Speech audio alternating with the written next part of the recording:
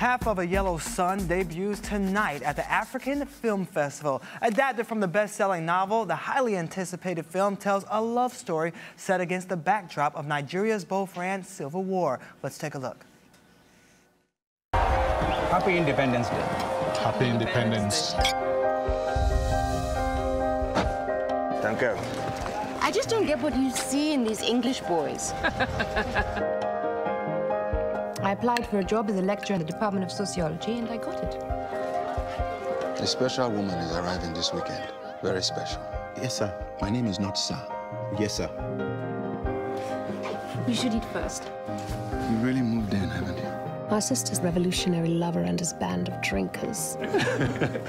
Let's get married.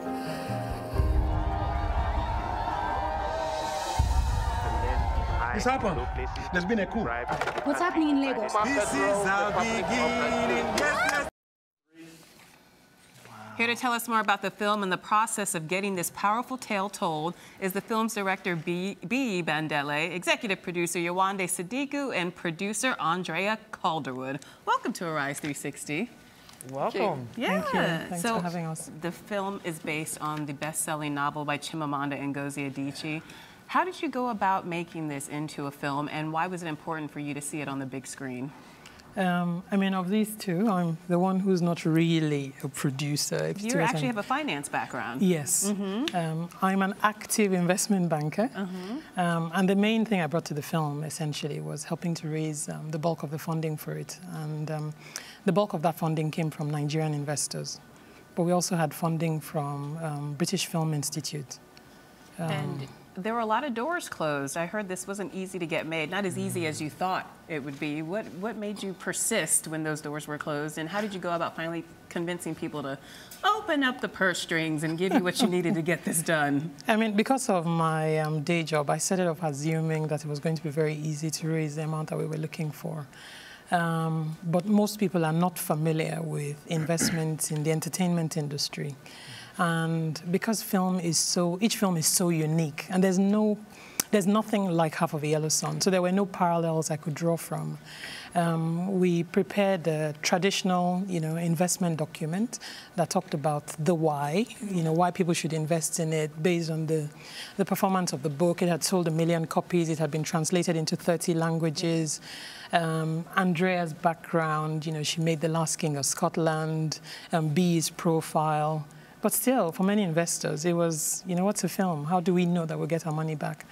And we were lucky we had a sales agent who was attached, and the sales agent helped to prepare an estimate of what the film, would get from box office returns. So that was useful in convincing investors. But I think what was more important for most investors was, I didn't try to sell this on a purely commercial basis. I wanted them to make a commercial decision, but I wanted a heavy dose of cultural input in that consideration. So it was, the importance of telling our own stories on the big screen. And it was going to be told, a Nigerian story was going to be told by a Nigerian director. It was going to be filmed in Nigeria.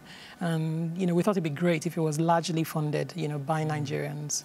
And tell us about this amazing cast. You have Thandie Newton, Chiwetel Ejiofor, and Anika Noni Rose. How did you get them to be a part of this movie? I was just really lucky. Chiwetel Persuasive. Chiwetel is an old friend of mine, and he came on board really before I wrote a single word of the script, because he'd read the book, and he loved the book, and we both decided that he would play Odenigbo. Thandie, originally, actually, I had intended for her to play the other sister, Kainene. So I approached her to play Kainene, and then I met her, and I sat down with her for about 2 hours talking about the script, and at the end of that meeting, we both decided that she would play Olana. And then Anika Noni Rose came. She came on board about a month before we went into production. I was just really lucky. And John Boyega, who plays Ugu the servant, the houseboy, also came on board quite late in the process. Andrea, what drew you to this project? It's just a fantastic story. It's an incredible love story, and it's about these two very strong women making very surprising choices in their lives.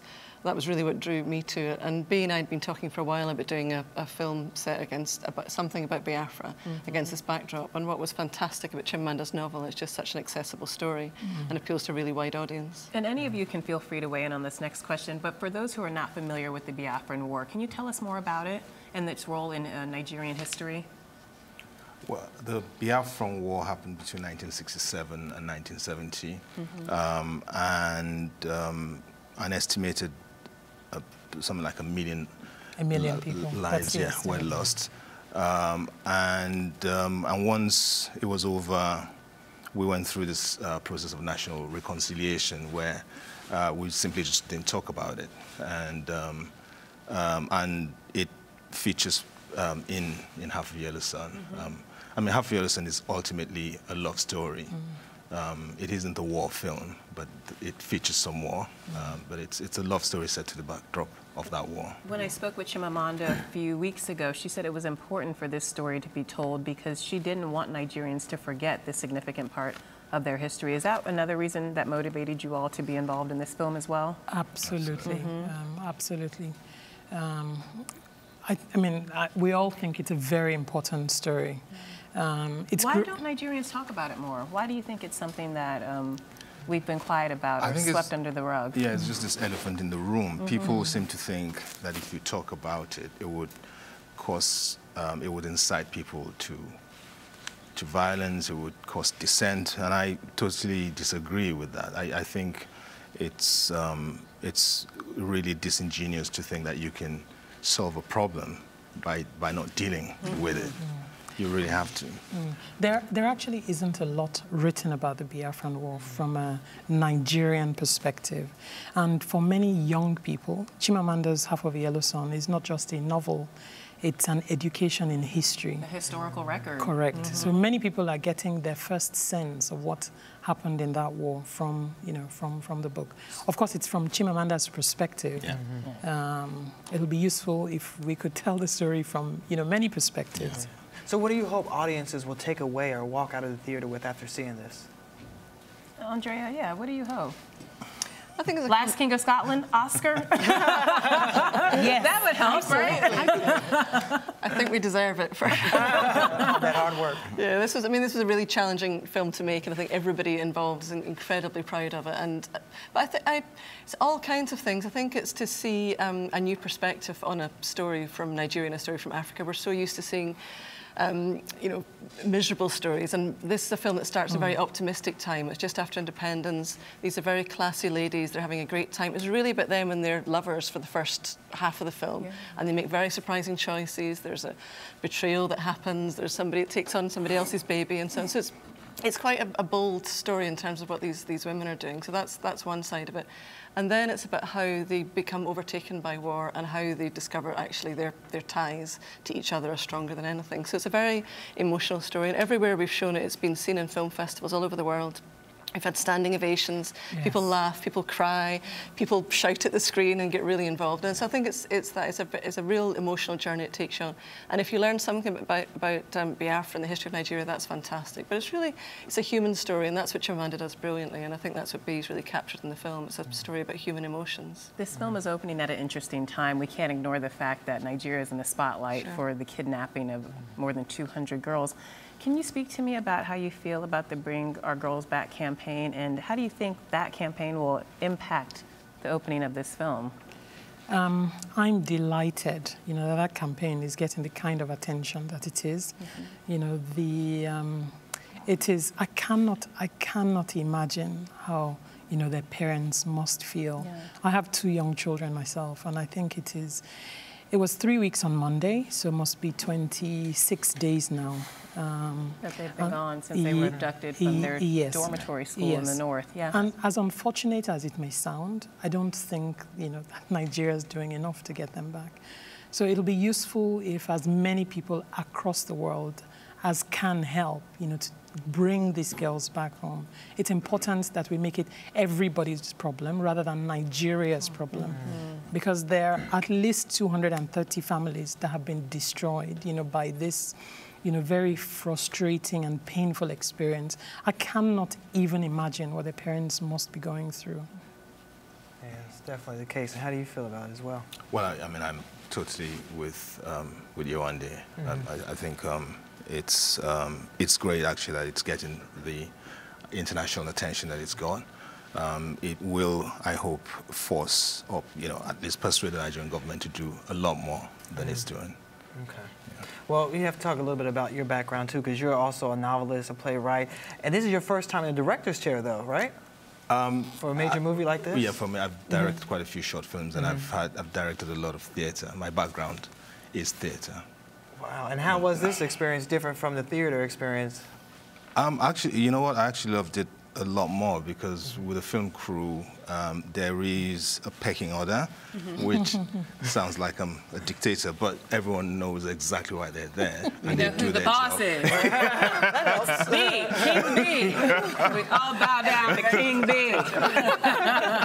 So that was great. Filmmaking is a very undemocratic process. It has to be. There's one person in charge. Yeah, someone has to make. I want to talk to you about the success of Nollywood. This is clearly not a Nollywood film, which is one of the reasons that I love it. Why do you say that? Nothing wrong about Nollywood. Nothing wrong about Nollywood, but this clearly has a bigger budget than in most of your Nollywood films. And frankly, it's more sophisticated than most of your Nollywood films. But the success of Nollywood has allowed films like this to be made. I'm just making a point, but would you agree or disagree? Yewande, I think you have a point you'd like to make to counter my statement, so please, go. I've been asked, a couple of times, is this Nollywood or is this not Nollywood? And I say, if Nollywood means, production values and plots that you just assume will be of a certain quality, then clearly this is not. But if Nollywood means a film that is made in Nigeria, then this is.